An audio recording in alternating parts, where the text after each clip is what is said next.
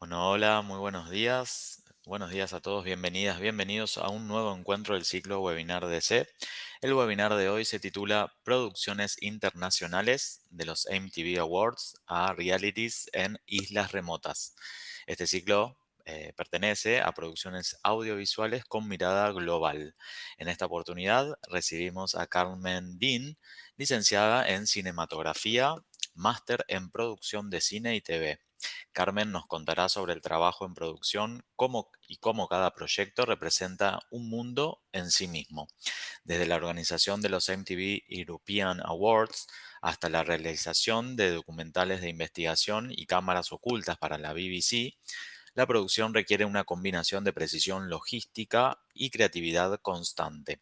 No se trata únicamente de coordinar equipos y recursos, sino de anticiparse a imprevistos y adaptarse a los contextos más diversos. Contamos con la coordinación de Andrea Stewart, docente de la Facultad de Diseño y Comunicación de la Universidad de Palermo.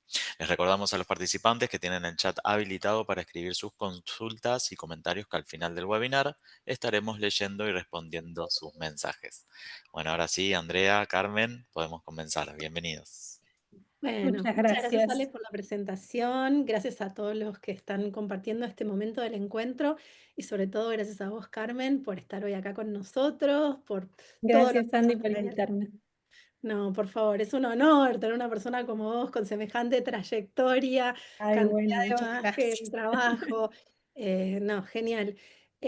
Aprovecho un ratito antes de arrancar nosotras a conversar para decirle a los que están presentes que, como dijo Ale recién, pueden ir escribiendo sus preguntas, las vamos a contestar más tarde, un ratito antes de finalizar, pero en la medida en que escuchan temas que les interesen, las pueden ir preguntando, vamos a tomar todo y lo vamos a leer. Carmen, bueno.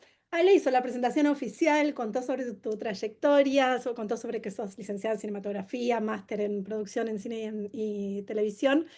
Contanos, antes de empezar por todo lo que tenemos para hablar, ¿cómo fue esta trayectoria? ¿Qué estudiaste? ¿Cómo es que terminaste trabajando en Londres para la BBC? Un breve resumen. Eh, bueno, yo arranqué en la Universidad del Cine, acá en Buenos Aires, soy argentina, y ahí estudié cinematografía. Siempre quise ser productora, desde muy chica ya lo tenía muy claro que quería, que se me daba muy fácil por la producción y por la parte como de organizacional de las cosas y encontrar soluciones creativas a veces a, no sé, presupuestos bajos y ideas grandes, digamos. Sobre todo Eh, presupuestos bajos, ¿no? sí, sobre todo presupuestos bajos, sí. Así que arranqué acá y empecé trabajando, mis primeros trabajos acá fueron en Endemol, donde hice un par de producciones que ya creo que setearon un poco hacia dónde yo iba a terminar llevando mi carrera, que fue, digamos, yo ahí trabajé para dos producciones, Wipeout y Fear Factor, en donde en ese momento era muy barato venir a filmar a la Argentina, entonces yo tenía un rol en donde interactuaba mucho con los países extranjeros que venían a filmar su versión del programa acá. Entonces eso me despertó ya de por sí como unas ganas de salir y de salir al mundo y de ver qué más había allá afuera. Así que para mí después, entonces eso fue como la puerta a yo después aplicar a un máster. Apliqué a uno solo en Estados Unidos, que dije, si quedo, quedo. Aceptaban 25 personas por año y no apliqué a más nada. Y dije, si quedo, genial. Si no quedo, después vemos qué hacemos, pero no sé. Y quedé. Así que allá fui y me fui a Los Ángeles. Hice un máster ahí en Los Ángeles en University of Southern California, que nada, fue una experiencia increíble. Y trabajé un poquito tiempo en Los Ángeles, pero no gran cosa, sobre todo porque después se me empezó a hacer bastante complicado el tema de la visa digamos, tenía una visa muy específica que quizás me limitó las posibilidades, digamos. Entonces eso fue lo que me terminó llevando a pensar en Londres, que yo, por mi papá, que es inglés, soy británica, así que tenía la facilidad de tener el pasaporte, que ayuda y mucho. Entonces ahí me fui no había pisado Londres nunca antes en mi vida, así que me fui con una mano atrás, la otra adelante, sin un trabajo. Y sí, o sea, sí con mucha organización de ir y para cuando yo sabía que ya iba a viajar, yo ya tenía 6, 7 entrevistas ya pautadas para esa primera semana que llegué. Y a las Como buena 2 semanas, productora que sos.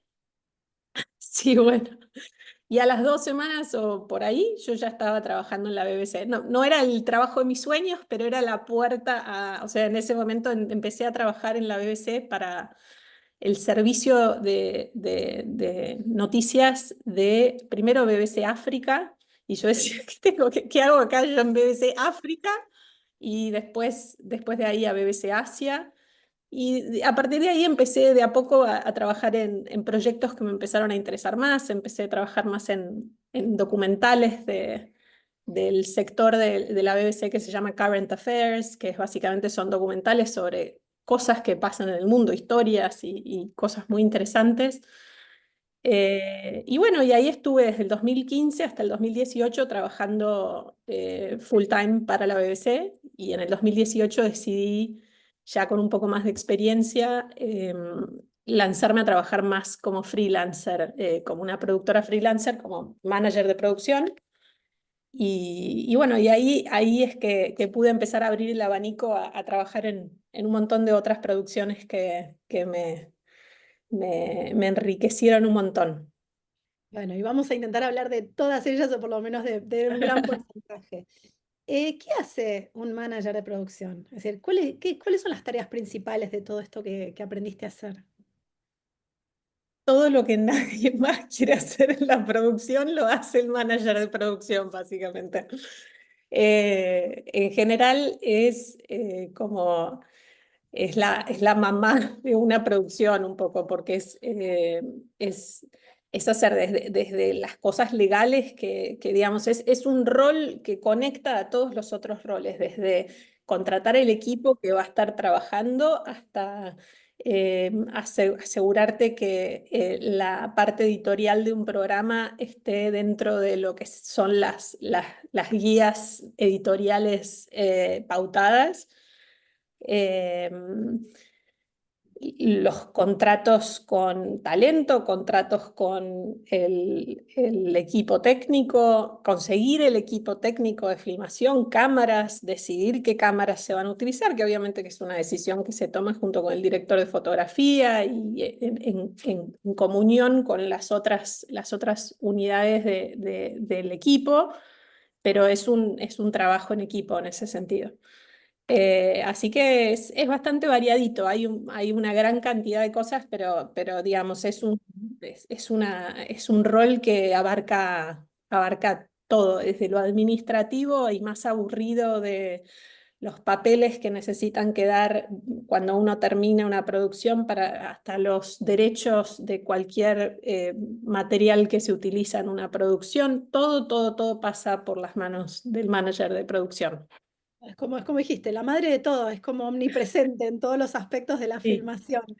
Y sí. tomando esto, porque recién hablaba de la parte legal sé que estuviste haciendo documentales y perdón, cámaras ocultas, y que esas cámaras ocultas también tenían toda esta parte legal.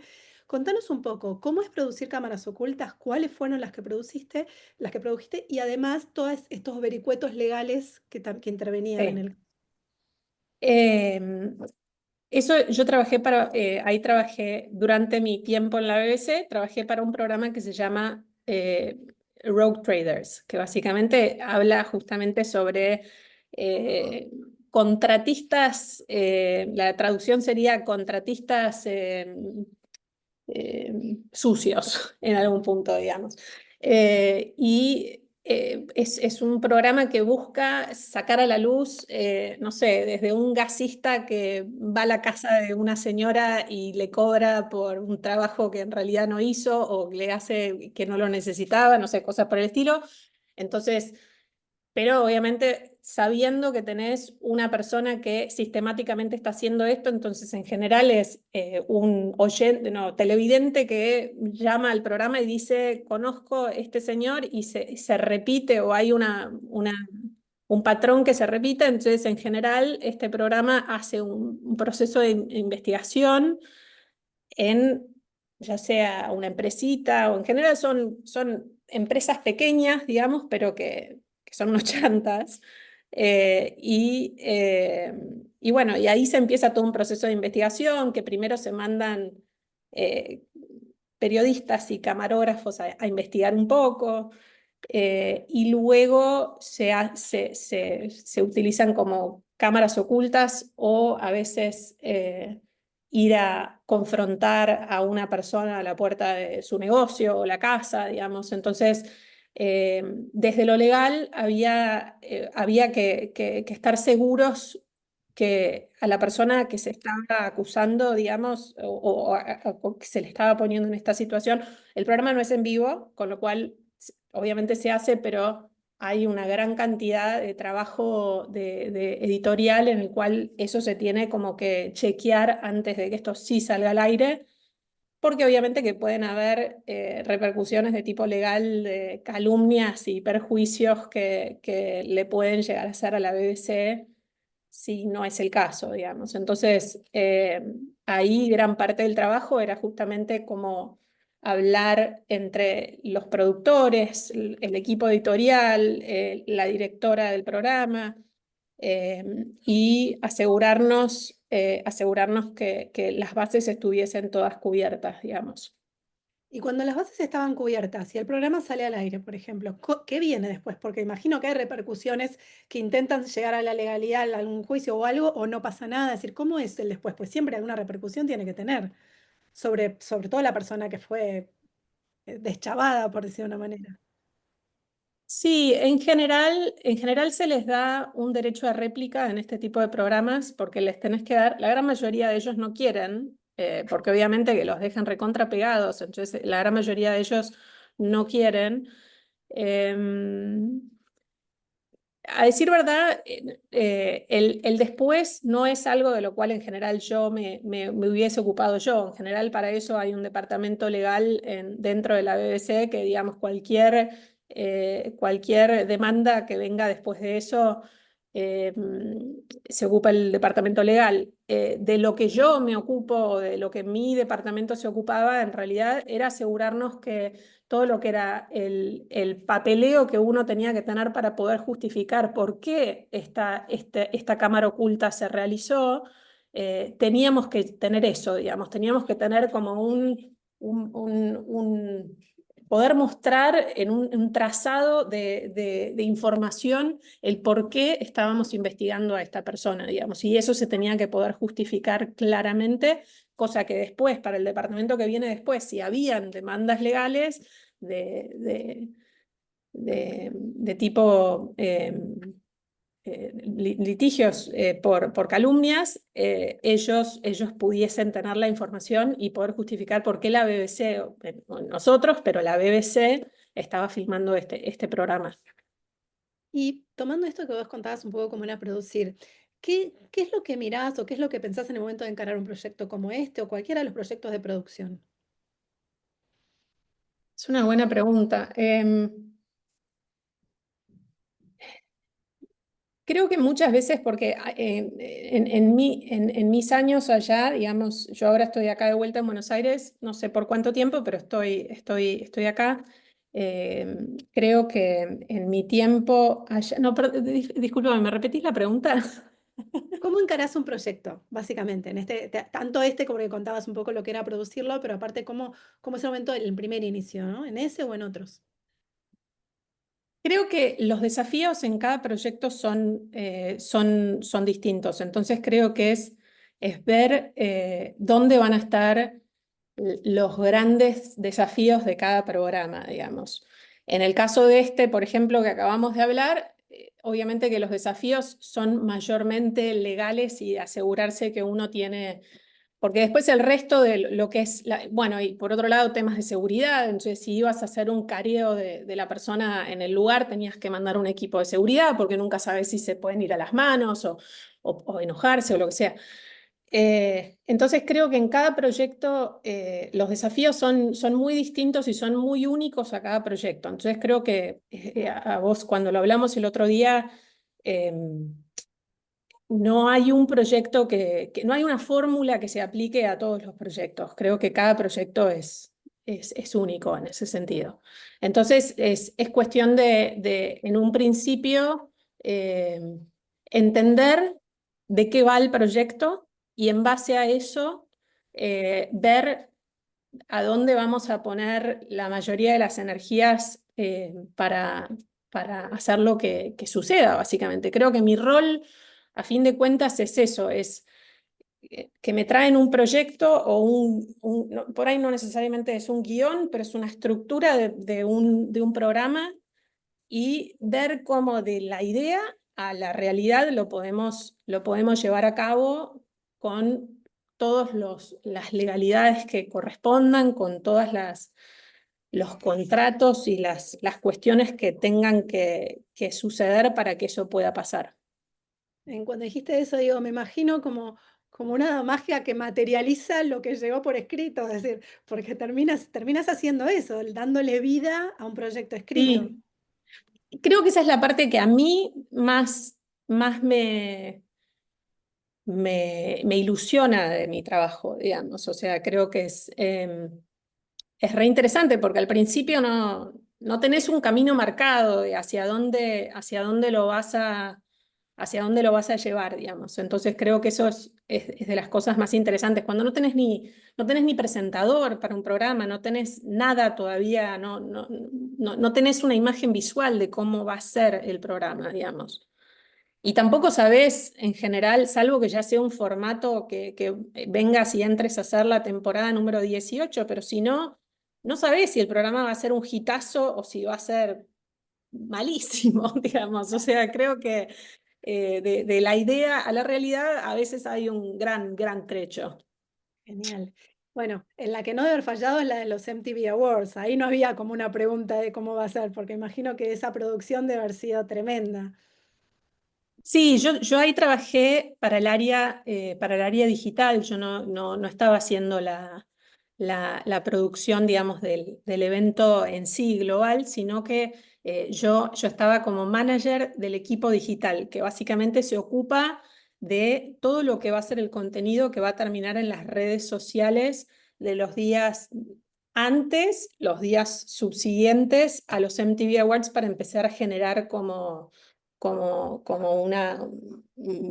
le dicen, buzz, que le dicen como una ilusión o excite del público de de que arenguen un poco y que estén más copados Se viene, claro. con los NBA, sí. Así que para mí fue una experiencia de las más dinámicas de mi carrera, súper interesante. Sí, a ver, tenía un equipo muy grande de trabajo que eran productores, camarógrafos, editores, porque todo el contenido que se filmaba salíamos a filmar y entraba a la isla de edición que estaba ahí mismo en la locación donde se llevaban a cabo los MTV Awards. Era en Eh, Sevilla, ¿no? en Sevilla esto, sí.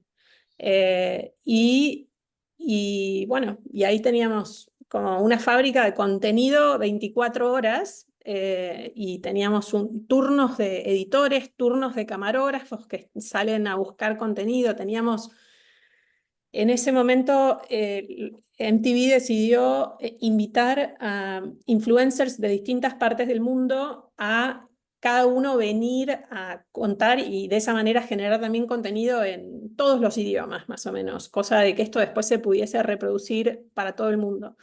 Entonces teníamos equipos de filmación con cada uno de los influencers filmando contenido en distintas partes de Sevilla, uno que salía a hacer una clase de flamenco, el otro que, no sé, se iba al museo de no sé cuánto. Y todo ese contenido, entonces teníamos gente ahí en el campo filmando y después traían ese contenido, se filmaba y salía a las redes, así de rápido todo. O sea, ¿Y cómo no. eligen el orden de ese contenido? Que imagino que era una vorágine de contenido que todo tenía que ser publicado, pero ¿cuál era la estructura? Eso ya, o sea, no lo dejábamos al voleo. O sea, el contenido de lo que se salía a filmar ya había sido pautado de antemano. Entonces, el influencer que se iba a tomar la clase de flamenco, obviamente que había un montón de producción detrás de eso, de llamar a un lugar de flamenco, que estuviesen dispuestos, que le iban a dar la clase de flamenco. Digamos. Entonces, todo eso requirió de un schedule de filmación como también muy específico de quién iba a estar haciendo qué, en qué momento y a qué hora y qué día, digamos. Entonces se hizo un mes y medio de preproducción que se hizo en Londres y después, en Sevilla 15 días antes de los awards y hasta los awards y al día siguiente nos volvimos a Londres. Así que, o los 3 días nos volvimos a Londres, sí. Vamos a imaginar que no dormiste por 20 días, más o menos. Más o menos, sí. Sí, en general este tipo de producciones son un poco así y ya sabes a lo que te estás metiendo. Eh, digamos, te tiene que gustar. No es para cualquiera, digamos, pero te tiene que gustar, digamos. Sí. No, que ya dijiste que lo más desafiante quizás fue esto de hacer 24/7, pero ¿y qué fue lo más gratificante de hacer ese trabajo? ¿Qué fue lo más gratificante? Para mí el dinamismo con el cual se vivió todo, digamos, y el estar ahí, digamos, para mí era como, eh, en general no es el tipo de programa que yo ya venía haciendo, entonces de por sí era como con un público muy grande, digamos, o sea, la carpeta roja de los artistas más importantes o relevantes en el mundo de la música. Eh, no sé, creo que desde lo que yo hice es el dinamismo con el cual se vivió todo y que era todo muy cambiante, digamos. Y a mí eso en general me estimula, me mueve los jugos creativos. Sí, me imagino, pues ya el rol el tuyo en tu trabajo es realmente un rol que necesita, que se alimenta de toda la vorágine, ¿no? Como de lo que viene, lo que Sí. viene, lo que viene, y hay que tener una actitud especial para poder llevar todo eso todo el tiempo. Sí, un temple, yo creo. O sea, creo que, o sea, por más que por dentro a veces uno, o sea, en este tipo de situaciones puede estar sintiéndose como muy estresado, creo que la clave en este tipo de trabajo es mostrar que uno está en control. Aunque Que por no adentro las siempre es el neuronas caso. estén todas lidiando, vos quieta. Sí, sí, Em, por dentro uno a veces se puede estar incendiando, pero, o sea, la clave está en no mostrarlo hacia afuera, digamos. colapsar hacia afuera. Sí, Está muy sí, bien. Es un buen tip, te digo, es un buen sí, tip sí, sí, para los que están clave. escuchando. Carmen, hiciste otras producciones y entre esas trabajaste con chicos. Digo, vamos a ir pimponeando porque me gusta la Dale, diversidad de tus proyectos. ¿Querés contar sobre esta experiencia de trabajar con los chicos, que era una producción? sí. Si escuchan de fondo un llanto, es No se uno escucha. de... Ah, bueno, perfecto, entonces. Em, A ver, la complejidad de este programa es justamente el trabajar con chicos, digamos, que dependiendo del país en el cual estés filmando, cada país tiene sus propias reglas. Nosotros, como era una producción inglesa, si bien estábamos filmando en Chipre, fuimos a una isla en Chipre, em, ahí teníamos que tener como un schedule de filmación muy, primero acotado, teníamos chicos, el programa se llama Secret Life of 4-year-olds, 4 and 5-year-olds. Entonces teníamos chicos de 4 o 5 años que básicamente venían con sus padres, obviamente, y chaperones que teníamos para ayudar en la filmación. Es un documental observacional en el cual de la manera en la cual se lo ve no hay adultos que estén en cámara, entonces es un documental observacional de observar cómo interactúan niños de 4 o 5 años, digamos, digamos. Entonces es bastante interesante. Yo creo que tengo un pequeño video que puedo compartir mientras Dale, les cuento. ese A ver, maravilloso. acá. A ver, si querés darle pantalla completa. Sí. Ahí está. Básicamente, esto que ven acá es ahí en Chipre y, digamos, es un documental en donde los niños interactúan por su cuenta y se les hacen entrevistas. Es así como gracioso porque tienen ocurrencias y ese tipo de cosas.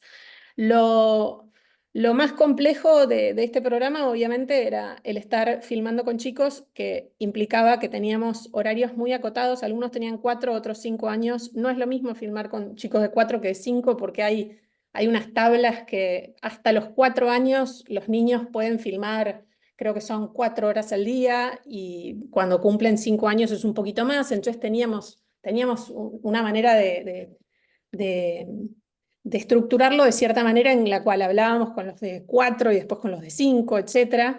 Pero bueno, creo que lo más complejo era esto, el estar trabajando con niños y con una cantidad de contenido que se tenía que filmar en 10 o 15 días de filmación en locación, pero con tiempos muy acotados de la cantidad de tiempo que podíamos estar con cada chico.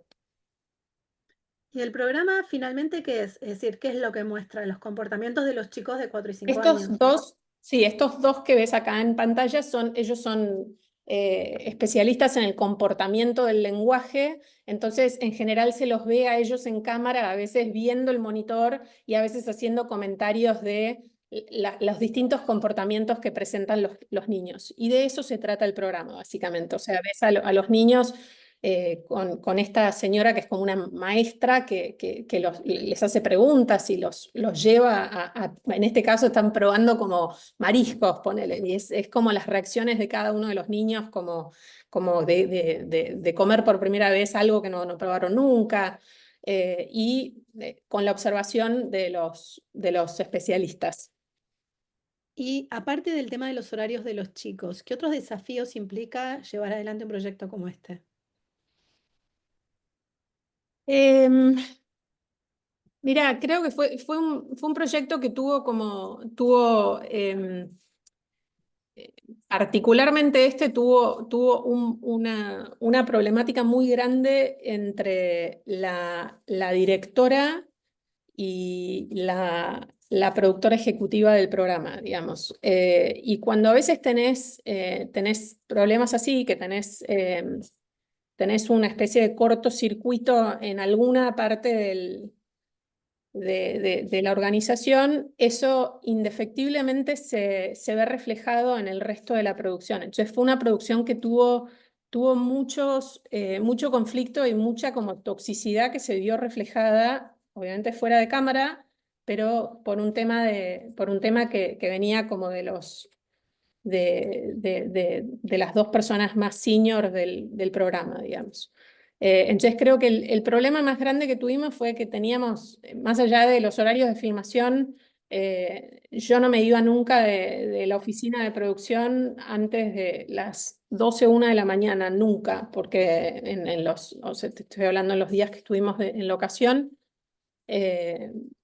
creo que nunca me iba antes de ese horario porque era bastante complejo y como eh, mucha falta de comunicación, digamos. Entonces creo que esa era como la, la problemática más grande más allá de los niños que teníamos en el programa este. Es interesante lo que comentás, porque claro, suele suceder, me imagino, por lo que decís en esta producción, y es una pregunta, que cuando hay así cortocircuito desde los roles más importantes, más senior, como decís, se ve afectada en general la producción. Absolutamente. Claro, es la bajada Sí, total. absolutamente. Sí, sí. De hecho, creo que algo que por ahí más adelante en mi carrera también empecé a elegir proyectos, obviamente que a veces no conoces a la gente y si no la conoces no sabes tampoco digamos, si se va a dar una de estas situaciones hasta que estás en la situación.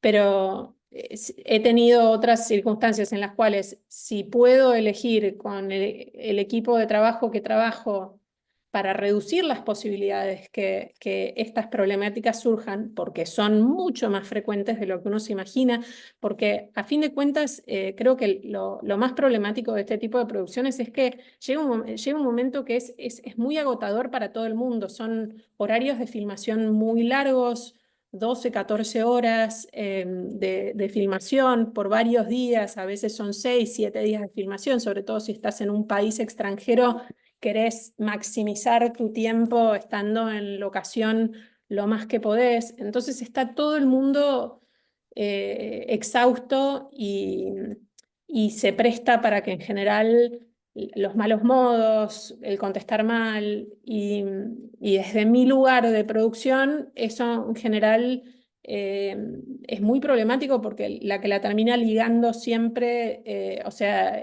soy yo un poco, o sea, o mi equipo, digamos, mi equipo de trabajo en general, así que eso es problemático.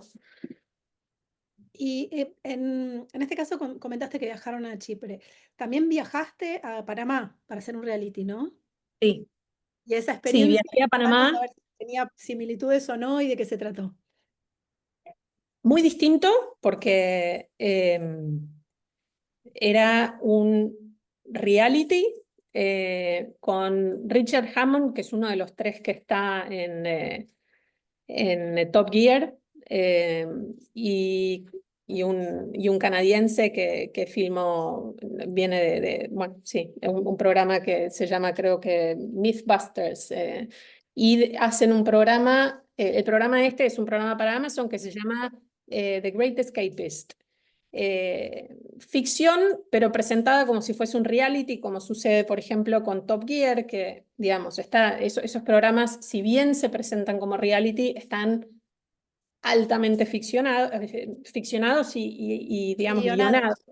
Sí, entonces, en este caso, la premisa del programa es, si querés vos podés compartir el tráiler de mientras y yo lo Este lo voy... tengo yo. A ver si Es, está aquí. o si querés, a ver, No, el otro. Este, ¿no? sí, este. Compartir pantalla. Eh, Si querés contar, anda contando. Ahí va. entonces, la premisa es que estos dos hombres se quedan varados cuando salen a pescar en una isla en Panamá y deciden salir a inventar todo tipo de maneras para tratar de salir de la isla. Entonces inventan desde un girocóptero hasta estos kartings, lanchas. Obviamente que para poder hacer esto, ellos no crearon absolutamente nada, teníamos un equipo de ingeniería de 80 personas en una isla que nada, no, era una isla privada con un solo hotel, muy pequeña, sin nada, absolutamente nada, la naturaleza absoluta, digamos.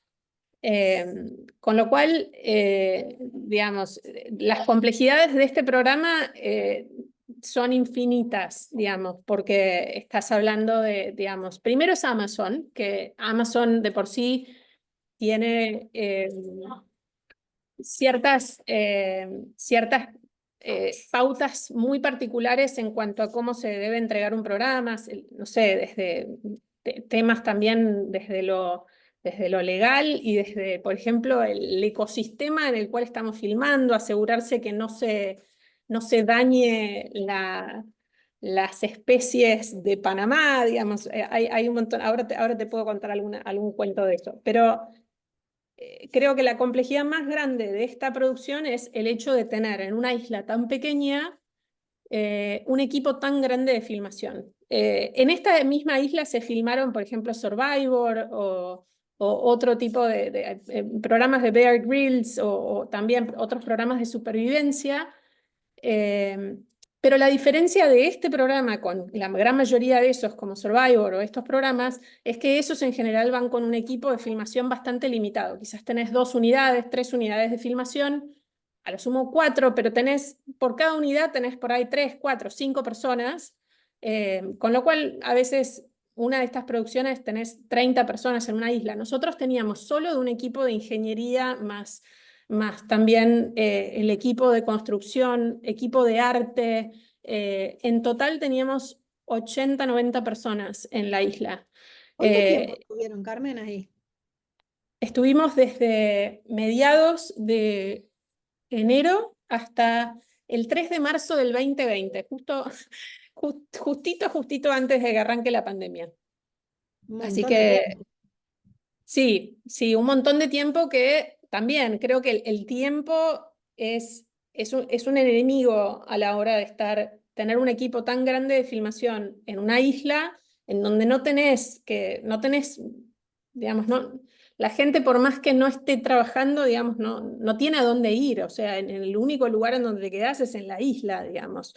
Entonces, en la jerga de la producción en general hay un término que se usaba que era, le está dando la fiebre de la isla, le decíamos, porque después de cierta cantidad de tiempo de ya estar en la isla, empezaba a pasar como que la gente se empezaba a volver loca, de como querer un poco de civilización, no sé, de ver a su familia, eh, en el único lugar de la isla en donde tenían wifi era donde estaba como la cafetería del hotel y la oficina de producción. Todas las cabañitas no tenían wifi, entonces, digamos, era complejo. Y desde mi lugar, manejar eso, creo que era la complejidad más grande de todas, era manejar los recursos humanos, digamos, de cierta manera en la cual no se te reviren, no sé, o sea, porque muchas veces, no sé, las noches que no trabajaban, no sé, querían emborracharse algunos, y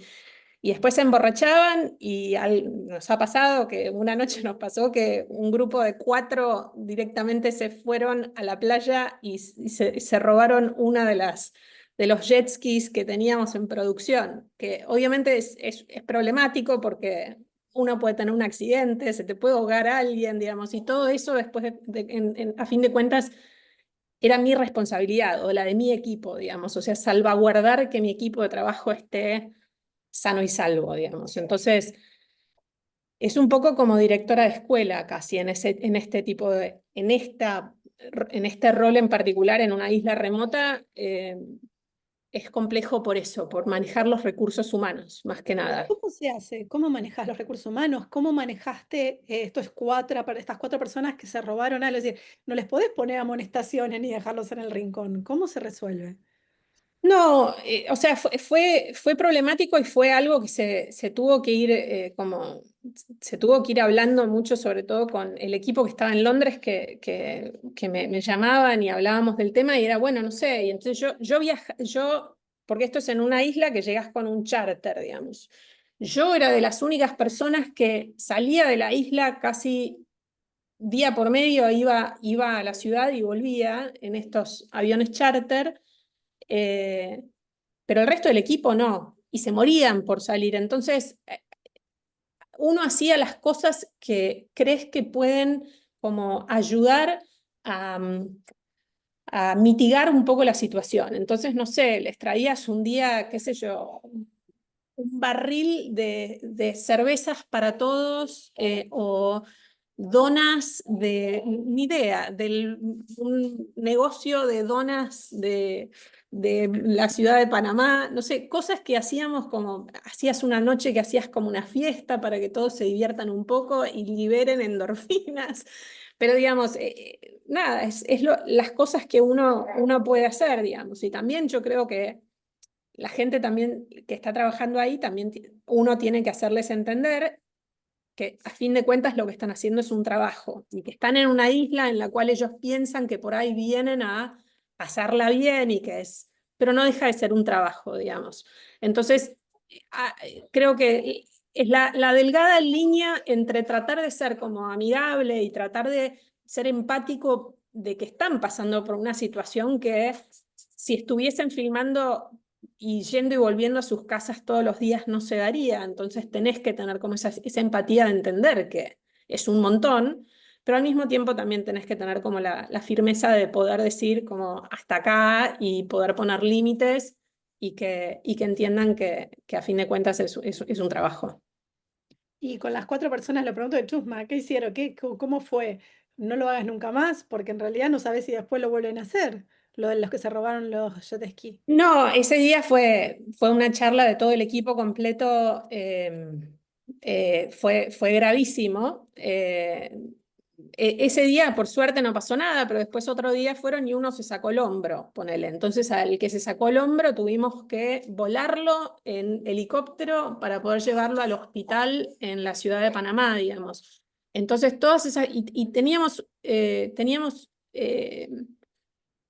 una problemática extra que había era que los charters de noche no vuelan por temas meteorológicos y de seguros, no vuelan. Entonces, sí, teníamos que tener mucho cuidado con cosas que sucedieran a la noche, porque a la noche no nos buscaba ni Dios. O sea, eh, entonces, digamos, es complicado eso, era complicado. ¿Cómo lo manejamos? Creo que en ese momento. No me acuerdo exactamente qué fue lo que le dijimos, pero tuvimos una charla con todo el equipo entero y obviamente que estos 4 estaban ahí y todo el mundo sabía quién eran los 4 y bueno, yo creo que en algún punto eh, a partir de ahí se les dio a entender que hay que tener como una especie de responsabilidad colectiva de que no estás de viaje de egresados, digamos. Eh, Así que bueno, es un poco lo que hicimos y seguimos haciendo por el resto del tiempo que estuvimos ahí. Y la producción finalmente se logró, es decir, se terminó porque justo vos me pusiste la fecha de esta de que volvieron en pandemia. Aún así habían terminado. Sí, nosotros terminamos de filmar el 3 de marzo y volamos. Recuerdo estar en el aeropuerto y empezar a ver máscaras en la gente y yo en ese momento todavía me parecía que era como, qué loco toda esta gente. Yo no usé máscara para viajar en ese momento porque no sé, todavía no, creo que no me había percatado de lo que se estaba por venir, creo. Pero bueno, llegamos a filmar ahí justito y terminamos. Yo se suponía que arrancaba con otra producción 15 días más tarde, arranqué con Apprentice, que es la que en Estados Unidos la, la, la presenta Trump, pero la versión inglesa. Y empezamos y a los 10 días nos mandaron a todos a casa y se cerró la producción por ese año. Así que sí, tuvimos suerte de poder terminar en tiempo y forma. Sin embargo, filmaste en pandemia sí, All or Nothing, ¿no? Era. Sí, no propiamente en pandemia, pero fue, si mal no recuerdo, me tendría que fijar bien, pero creo que fue en el 2021. Y All or Nothing, sí, que es una serie de Amazon que hacen varias, cada una de sus temporadas se basa en distintos equipos deportivos, no necesariamente de fútbol. En este caso yo trabajé en esta que estamos viendo acá en pantalla, que es para el equipo de Arsenal. Fue todo un año de filmación, es un documental observacional también en el cual se lo sigue al equipo entre sus entrenamientos en el lugar de entrenamiento de Arsenal y después los días de partido, ya sea como visitante o en el estadio. Y bueno, obviamente que esto fue en el 2021, con lo cual la pandemia todavía estaba muy, muy vigente. La Federación de Fútbol también tenía unos requerimientos muy particulares para todo aquel que estuviese en contacto con los jugadores de fútbol. Entonces, todos nosotros, todo mi equipo, teníamos que ser testeados con PCR los 7 días de la semana. Fueras o no fueras a filmar, nosotros teníamos que, todo un año estuvimos haciendo PCR 7 días a la semana. Y de esta manera podíamos estar a 3 metros o menos de los jugadores, si no, no podíamos estar, básicamente. Y bueno, o sea, para mí de lo más complejo de esto fue filmar en estadios, donde en general la gente, imagínate que no usa una máscara de nada, Así que bueno, fue una producción como desde ese lugar también como interesante de sobrellevar, distinta, muy distinta. Y para mí, o sea, yo no soy muy futbolera, lamento decir, por más argentina que sea, pero bueno, sí, fue compleja por el COVID, creo que fue lo más complejo de todo, digamos. Y las cámaras acá estaban en los vestuarios, estaban todo el tiempo acompañando a los jugadores, al entrenador, a todo el equipo, iban atrás. ¿Cómo Sí, era la...? teníamos 4 unidades de filmación que eran unidades muy chiquitas que eran un camarógrafo con un productor en cada una de las unidades.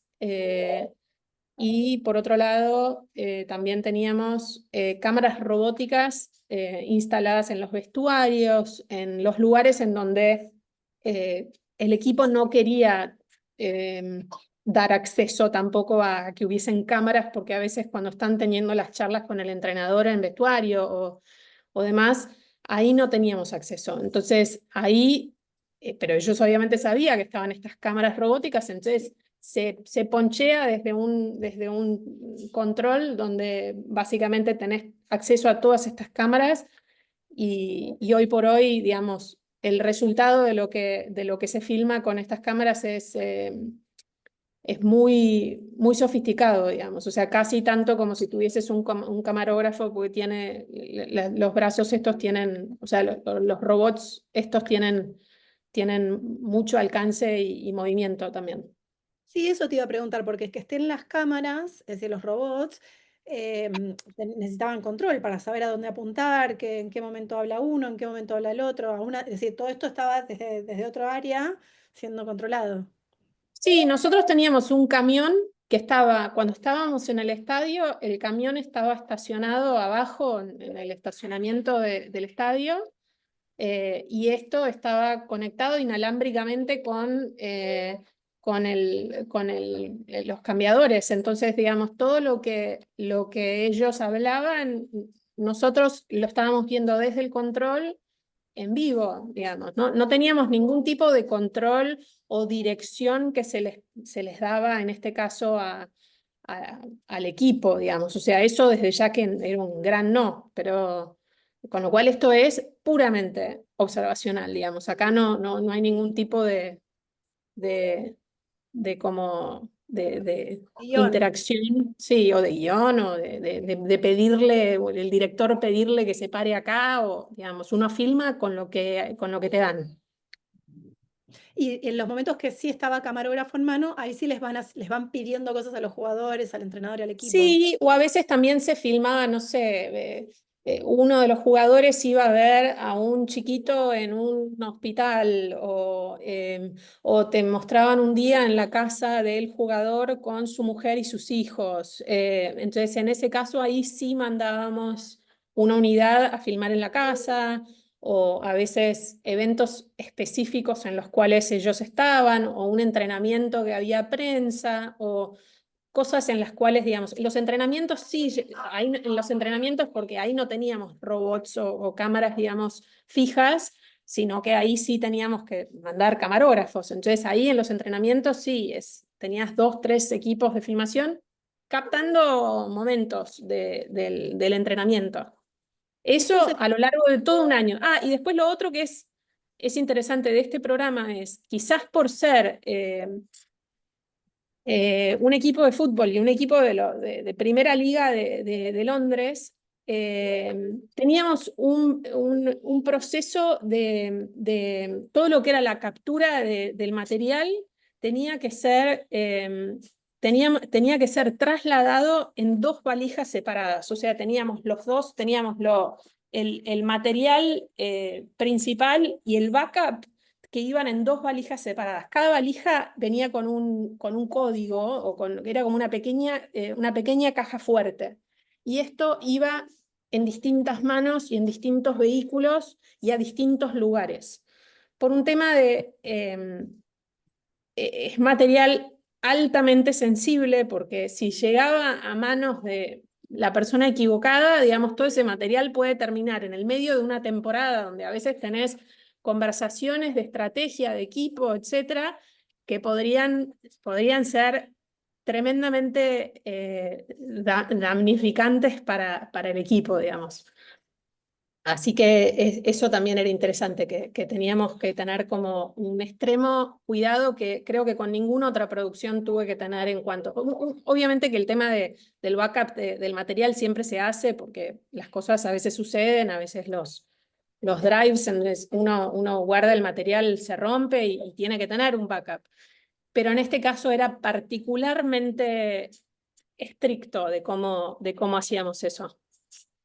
Súper interesante. ¿Y esto que filmaron durante un año, se fue editando en ese transcurso del año o vino posteriormente?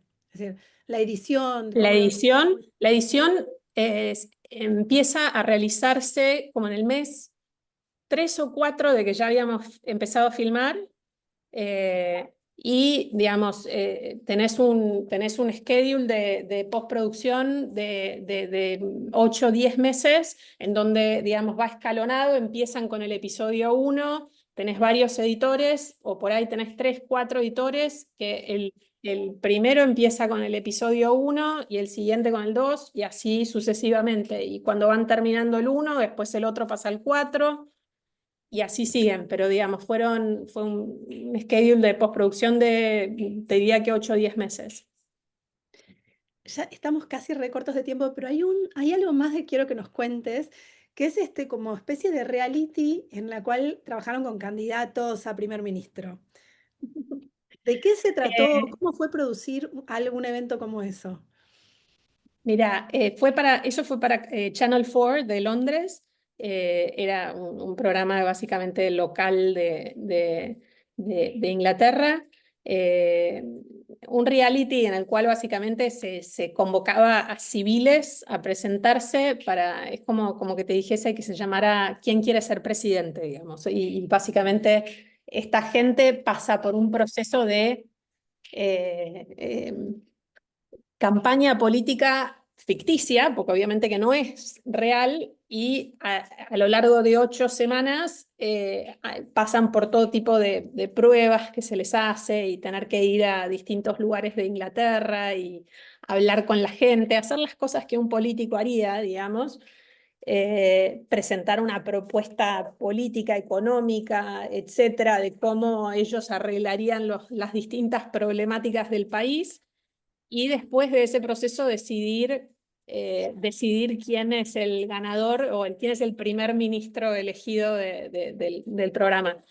Fue una producción interesante de realizar, primero por ser un primer formato. Cuando uno realiza este tipo de programas en donde no está testeado y es la primera versión, es problemático y en general obviamente que es más complejo porque uno no tiene un manual de producción como a veces en otras producciones ya tenés una biblia de producción inmensa, digamos, de todas las cosas que ya salieron mal antes que uno ya las puede saber y advertir para que no vuelvan a suceder. En este caso no lo teníamos, con lo cual era básicamente nosotros Resolver en el probando. camino. Sí, sí, exacto. Este, Así que este es, para que vean ahí, estos son los candidatos que se presentaban Y aparte a- de esto de no saber qué es lo que se te va a venir por delante, ¿qué fue lo más complejo de esta producción? em,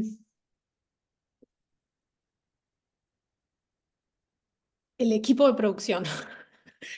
Fue un equipo de producción digamos, a ver, había una especie de desencuentro entre las decisiones que tomaba el canal o que tomaba la productora para la que yo trabajaba y el equipo técnico. Entonces, no sé, desde las horas extras hasta los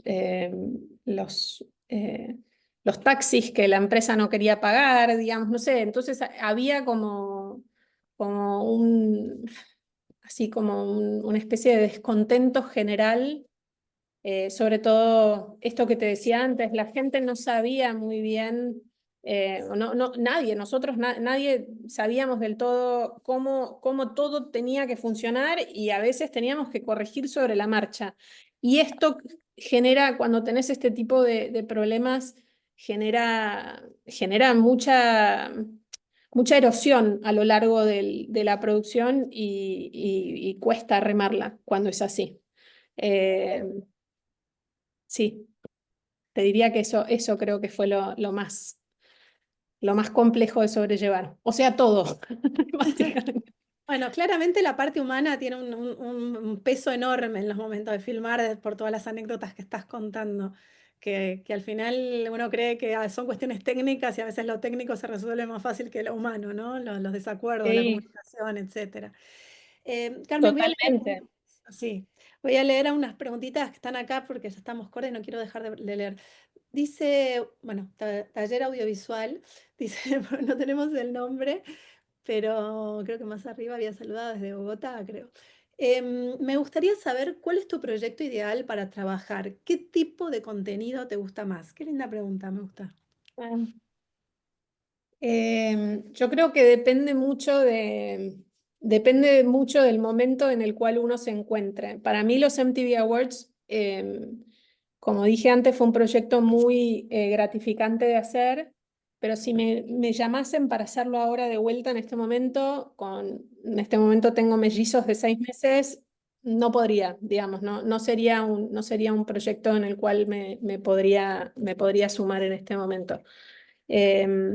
También hice muchos documentales sobre crímenes muy interesantes y ese tipo de programas, por ejemplo, es mucho más quizás la parte periodística que de hacer como el trabajo de buscar el material y, digamos, el material de archivo y demás, que también creo que puede ser muy interesante.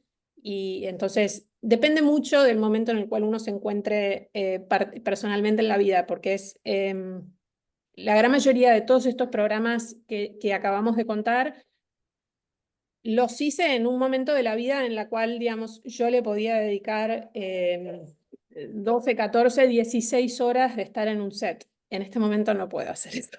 Ah, Pero eso bueno, pero digamos, en algún momento que se volverá a dar. Ahora creo que elegiría hacer como más una producción tipo un documental, algo de esa naturaleza, creo. volvemos. Lo humano siempre tiene el poder más fuerte sobre todas las decisiones. Dice Sí. Iván, ¿qué recomendás para llegar a trabajar en un reality internacional? ¿Cómo llegar a trabajar ahí?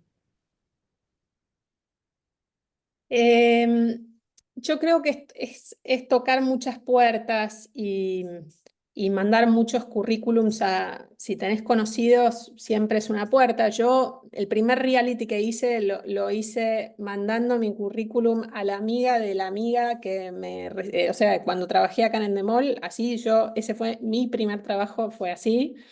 Y así fue como yo entré a mi primer trabajo, digamos. Entonces creo que es un tema de tocar puertas. Hoy por hoy con LinkedIn también creo que la gente más, más frecuentemente que no, creo que está dispuesta a ayudar. Entonces, si uno sabe cómo hacer las preguntas y a la persona adecuada, yo creo que la gente está dispuesta a dar una mano. Entonces, si le puedo hacer de una mano a esta persona que está preguntando, que me escriban por LinkedIn y veo si también les puedo pasar algún contacto o ponerlos en contacto con alguien. Genial, bueno, Iván, después buscarla a Carmen, creo que ahí Ale, que está conduciendo acá atrás, dejó el LinkedIn y podés acceder a tener comunicación con ella. Dice Patricia, hola, ¿qué diferencia a nivel producción encontrás ay, espera, se me fue, entre UK y Argentina o el resto de la TAM?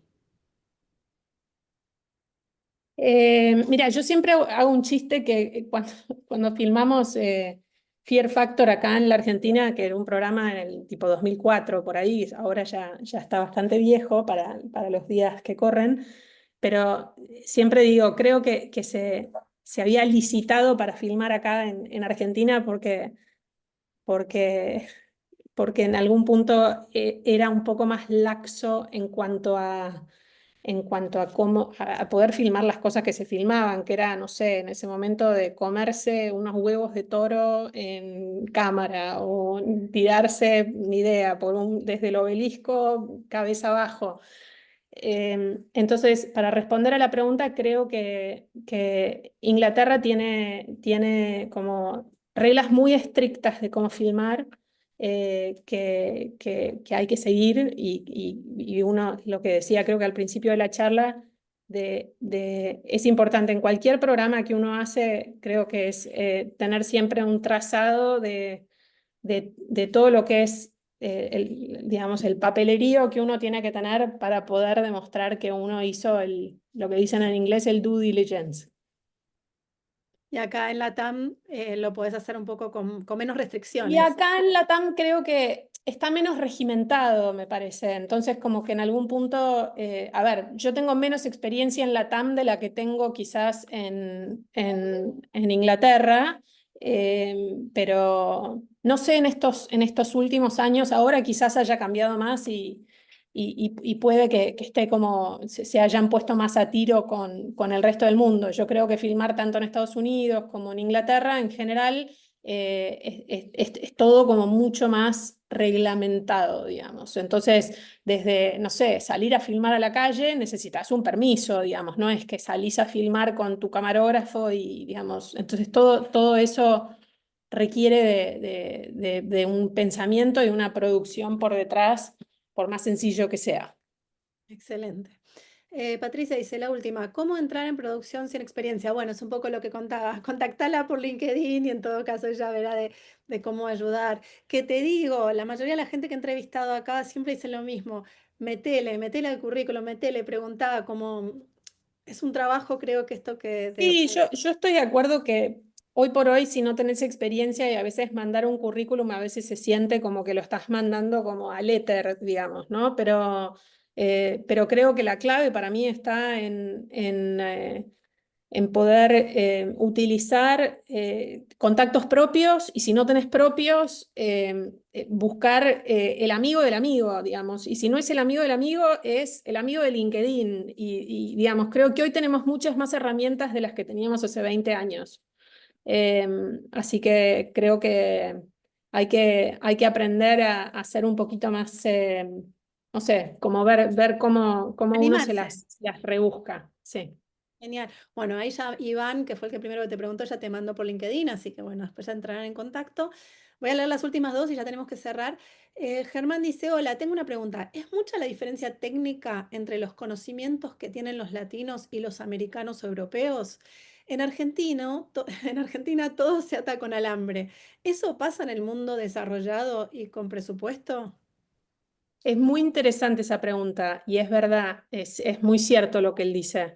Yo tengo un amigo argentino que vive en Londres, está casado con una británica que él es camarógrafo y es camarógrafo de la vieja escuela de acá de Buenos Aires, ha hecho todo tipo de programas, excelente camarógrafo. Y viviendo en Inglaterra a él se le ha hecho mucho más difícil el camino de seguir siendo camarógrafo, porque quizás yo siempre digo que Inglaterra o Estados Unidos tienen una mirada un poco más snob con el tema de la parte académica en los medios, que si bien eh, nada, podés tener una carrera de oficio como mucha gente acá en Argentina tiene, en Inglaterra es más difícil, te hacen más difícil el entre a trabajar si no tenés una formación académica, curiosamente.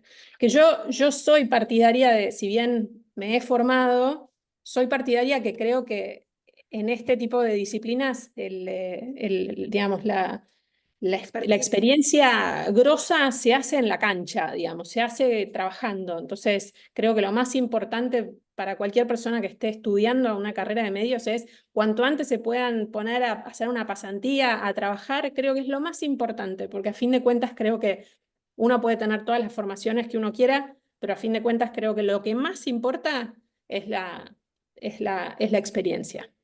Bueno, una de las cosas que contaste al principio, cuando arrancamos el encuentro hace una hora atrás, es que aprendiste a trabajar sin presupuesto. Y eso es un poco, lo atamos con alambre, ¿no? ¿Cómo resuelvo Sí, esto sin dinero? Y eso te da una formación que no creo que consigas en UK ni en Estados Unidos, porque en esas cosas no suelen pasar de la misma manera o no se resuelven de la misma manera. sí, correcto. Genial. Bueno, Susana dice, gracias Carmen, muy generosa en todo lo que compartís. Bueno, taller audiovisual, que creo que la vota también. Y yo te digo lo mismo, no estamos pasados de horario, estamos como Cenicienta, que nos transformamos en calabaza. Gracias Carmen por tu tiempo, por todo compartir. Mira, le metimos un montón, intenté hablar de todas las producciones y sé que me quedaron, pero hermoso encuentro y gracias. Gracias, lo disfruté un montón. Mil gracias, Andy.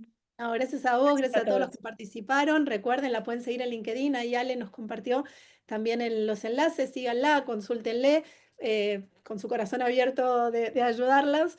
Y nos veremos en el próximo encuentro. Gracias, gracias a Muchas todos. gracias. Chau, chau. Gracias a todos por estar.